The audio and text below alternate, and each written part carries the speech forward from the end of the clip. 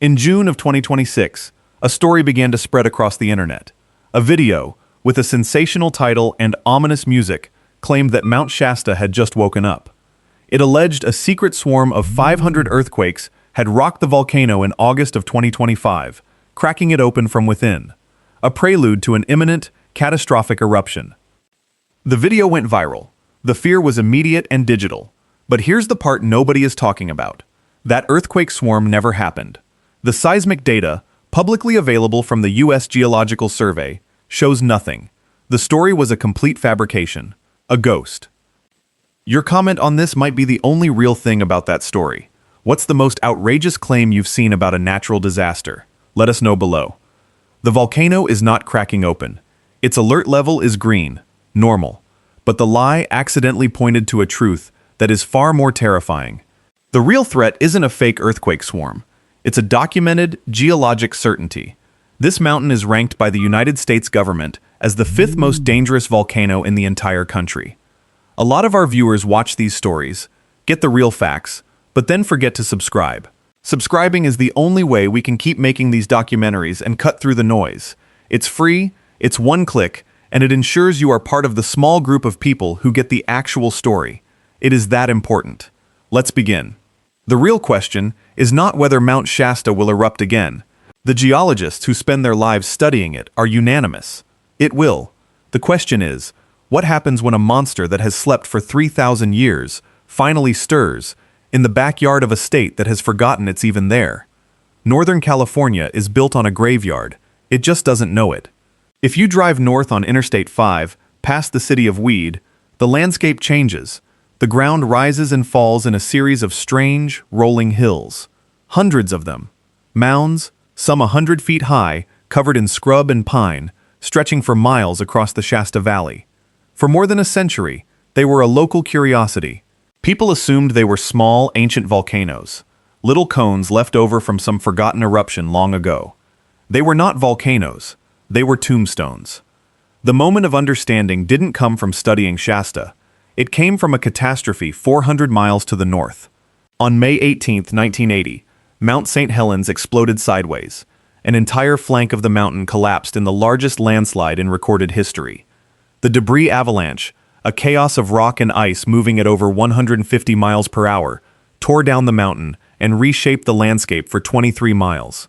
When the chaos settled, the valley floor was littered with massive, shattered chunks of the former volcano. Geologists called them hummocks. And in that moment, a handful of scientists looking at the devastation in Washington had a horrifying realization. They had seen that landscape before. They had seen it in Northern California. The geologist Harry Glicken, who had meticulously studied the St. Helens avalanche, was one of the first to make the connection. He looked at the gentle, rolling hills of the Shasta Valley and saw them for what they were. Not small volcanoes, but the shattered pieces of a much, much larger one, a prehistoric version of Mount Shasta that had suffered a collapse so immense it made the St. Helens event look small. Roughly 300,000 years ago, ancestral Mount Shasta gave way. An entire section of the volcano, a piece of mountain estimated at 10.8 cubic miles, simply failed. For perspective, that is 40 times the volume of the St. Helens collapse. It was a single debris avalanche that covered 260 square miles of the Shasta Valley. It moved so fast and with such force that giant pieces of the mountain, some miles wide, stayed almost perfectly intact as they slid up to 30 miles from their origin point. The town of Weed, the College of the Siskiyous, stretches of Interstate 5 itself, are all built directly on top of the rubble, on top of those hummocks. The evidence of a disaster so profound it's almost impossible to comprehend has been hiding in plain sight for generations. It was a story written in the landscape, but one that nobody could read until Mount St. Helens provided the bloody translation. This is the great, terrible secret of Mount Shasta. Its most devastating behavior isn't erupting upwards, it's collapsing outwards. What do you think is the most overlooked warning sign in our modern world? Drop a comment, we want to hear your perspective. Harry Glicken would later die in a volcanic eruption, killed in 1991 alongside Katya and Maurice Kraft by a pyroclastic flow on Mount Unzen in Japan. He was a man who understood the power of these systems perhaps better than anyone, and even he could not escape their sudden violence. His work remains a permanent warning. A warning that Shasta's past is the blueprint for its future. The official USGS threat assessment for Mount Shasta is not based on myth or internet rumors. It is based on this geological fact. It is a very high-threat volcano, not because of what it might do, but because of what it has already done. The work of pioneering geologists, like Dwight R. Crandell, who published the definitive study on the Shasta avalanche in 1989, confirmed the scale. It was an event that would have rendered a modern landscape into an uninhabitable wasteland, a state-sized disaster before the state even existed. The current volcano, the beautiful massive peak we see today, grew up out of the scar tissue of that collapse. It is a composite of 4 overlapping volcanic cones: Hotlam, Misery Hill, Shastina, and Sargent's Ridge. It's not one mountain. It's a mountain complex, a factory for producing rock and heat, built on the ruins of its ancestor. And it contains, deep within its core, the same structural weaknesses that allowed the first one to fail so spectacularly. It is primed, geologically, to do it again. But you don't even need a full-scale collapse to see the danger. You don't even need an eruption. At Mount Shasta, the ice is just as deadly as the fire. The mountain holds an immense volume of snow and ice, locked in 7 glaciers that cling to its upper slopes. While Mount Rainier in Washington is taller, Mount Shasta is far more massive. It contains a staggering 85 cubic miles of material, making it the most voluminous stratovolcano in the entire Cascade Arc. A significant portion of that mass is frozen water, and in a warming world, that ice is becoming unstable. Volcanologists call them lahars. To a civilian, it just looks like a mudslide. It is not a mudslide. A lahar is a slurry of volcanic debris, rock, melted glacier ice, and mud that flows down a volcano's slopes with the consistency of wet concrete and the speed of a freight train. It can travel for tens of miles, scouring river valleys clean, burying towns, and destroying everything in its path: bridges, highways, entire neighborhoods. And Mount Shasta produces them constantly. The mountain has generated over 70 significant mudflows in the last 1,000 years. The vast majority of them had nothing to do with an eruption. They were non-eruptive lahars, triggered by nothing more than a hot summer day. In the 1920s, a period of intense summer heat caused the Conwacaton Glacier to repeatedly break apart. Massive mudflows surged down the Mud Creek drainage, a canyon that acts as a natural cannon barrel aimed directly at the town of McLeod. The events of 1924 and 1931 were so powerful they scoured the creek down to bedrock and deposited boulders the size of cars miles downstream. No eruption, no earthquake, just heat and ice. Now, fast forward a century.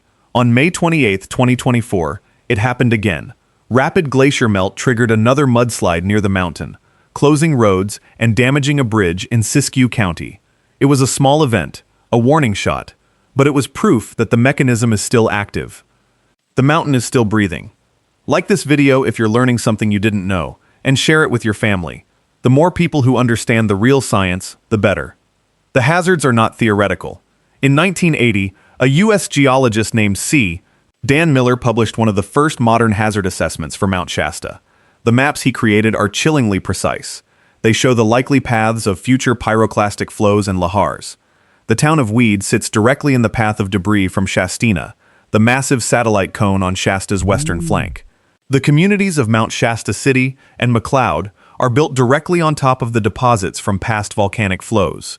The major north-south artery for the entire west coast, Interstate 5, runs straight through the kill zone. Miller's report ended with a sentence that reads like a prophecy.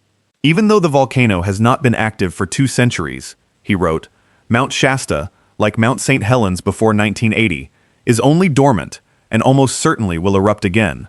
That was over 40 years ago. The towns have only grown. The population at risk is larger than ever. The warnings have been published, mapped, and filed away. And the mountain just waits. The heat that melts the glaciers from above is a mirror of the heat that is still raging below. Ask John Muir. On April 30th, 1875, the legendary naturalist and his guide, a local mountaineer named Jerome Fay, made an ascent of Mount Shasta. They reached the summit just as a freak blizzard descended on the peak, with unbelievable speed and violence. Temperatures plummeted. The wind became a physical force, driving ice and snow into their bodies. They were at 14,000 feet, dressed in wool, with no tent and no way to descend. It was a death sentence. But Muir had noticed something on the way up. Near the summit, the ground was warm. Pockets of sulfurous steam hissed from vents in the rock, volcanic fumaroles. It was their only chance. They found a cluster of these boiling, foul-smelling springs and huddled in them for 17 hours as the blizzard raged. Their situation was a kind of perfect, geologic hell. The volcanic gases were so hot they scalded their skin, forcing them to constantly shift and move. But the moment they rose up to escape the heat, the blizzard's sub-zero winds would freeze the fabric of their clothes solid. They spent the night in a desperate dance between being boiled alive and freezing to death. Muir later wrote about lying with his back freezing in the gale while his front was slowly cooked by the Earth's internal heat. They survived, barely. They made it down the mountain, half blind and frostbitten, but alive. Muir's story is often told as a tale of rugged frontier survival. It is not. It is a report from the front lines of an active geothermal system. It is direct, physical proof that Mount Shasta is not a cold, dead mountain. It is a plumbing system for the planet's molten heart, and the pipes are still hot. This is the meaning of dormant. It is not extinct. It is not safe. It is sleeping. Volcanoes like Shasta operate on cycles. Geologists have pieced together its history and found a distinct pattern. The mountain experiences clusters of eruptions over periods of 500 to 2,000 years. Then, it goes quiet. It enters a recharging phase that can last for 3,000 to 5,000 years. The last definitively dated magmatic eruption from Mount Shasta's main summit was approximately 3,200 years ago. Statistically, we are deep inside the quiet window. The magma chamber below is slowly refilling, recharging, building pressure. The system is not winding down. It is winding up for its next active period. We are living in the calm before the storm. The question is how long that calm will last. 1,000 more years? 100? Or is the next eruptive cycle set to begin tomorrow? I know we've asked already, but the number of people watching who aren't subscribed is astonishing. If you find this valuable, please take 1 second to hit the button. It's the hashtag one way to support this channel, and we genuinely can't do it without you. This isn't just a singular peak. It's a sprawling volcanic edifice with a complex and violent history. The creation of Shastina, the prominent secondary peak on the western flank, is a story written in fire and ash. About 11,000 years ago, a series of powerful eruptions built this cone, which itself is larger than many standalone volcanoes. It produced pyroclastic flows, incinerating avalanches of gas, ash, and rock that swept for miles down what are now the populated valleys west of the mountain. These flows are among the most lethal of all volcanic phenomena, moving at hundreds of miles per hour at temperatures hot enough to turn cities to ash. The deposits from those ancient flows are what the town of Weed is built upon. Slightly younger still is Black Butte, the ominous cluster of dark, jagged peaks that rises abruptly near the base of Shasta. It looks like a separate mountain, but it's part of the same system. Black Butte is a dacite lava dome complex, formed about 11,000 years ago, when thick, viscous magma pushed its way to the surface, but was too sticky to flow far. It piled up, creating the steep-sided domes we see today.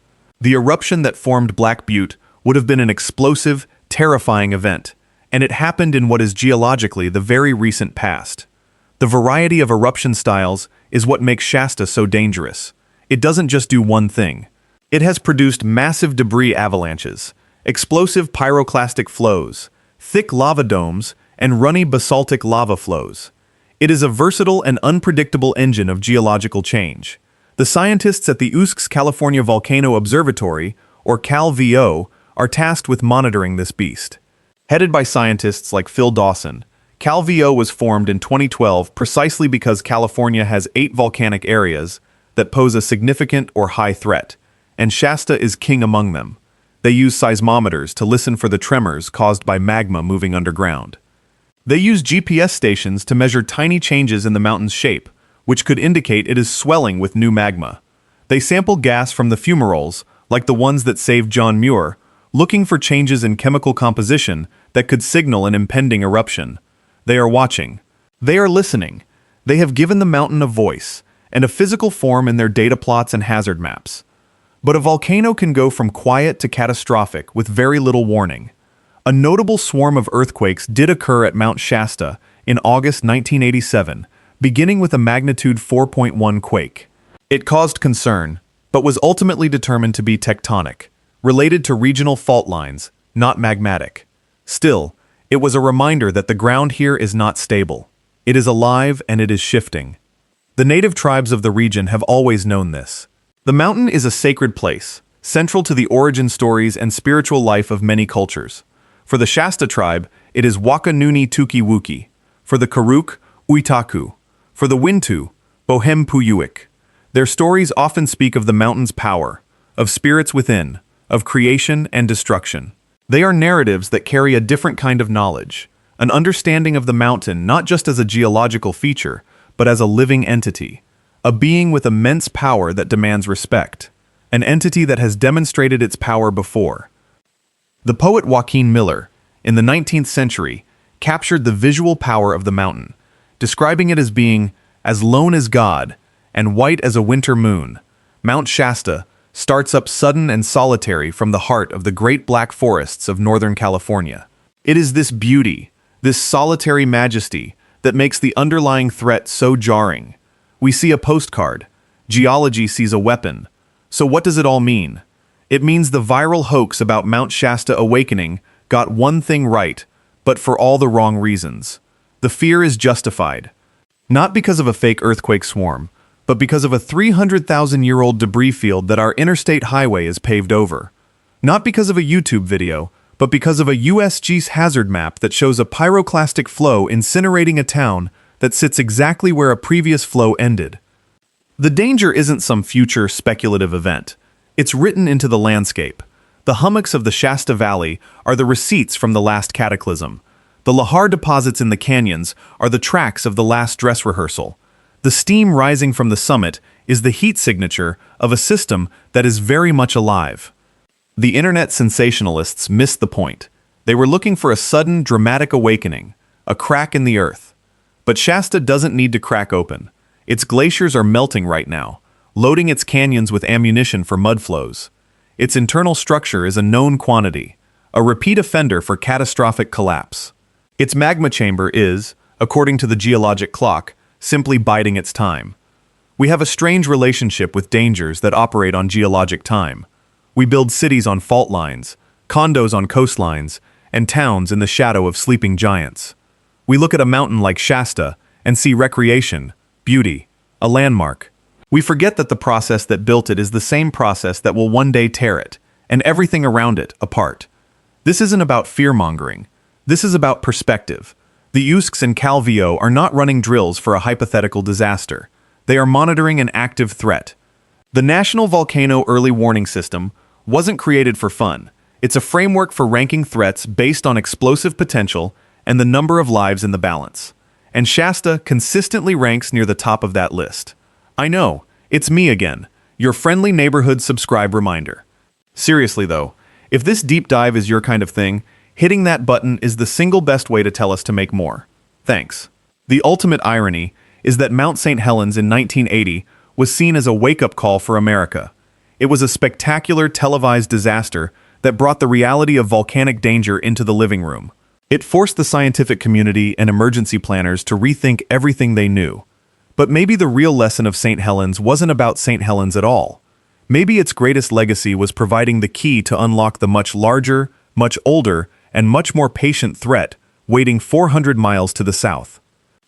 The towns of Siskiyou County, Weed, McLeod, Dunsmuir, Montague, are not just places on a map. They are communities, homes, people living their lives in one of the most beautiful places on Earth, under the shadow of one of its most powerful geological forces. The next eruption isn't a matter of if, it's a matter of when. And the silence from the mountain is not the sound of peace, it's the sound of pressure building.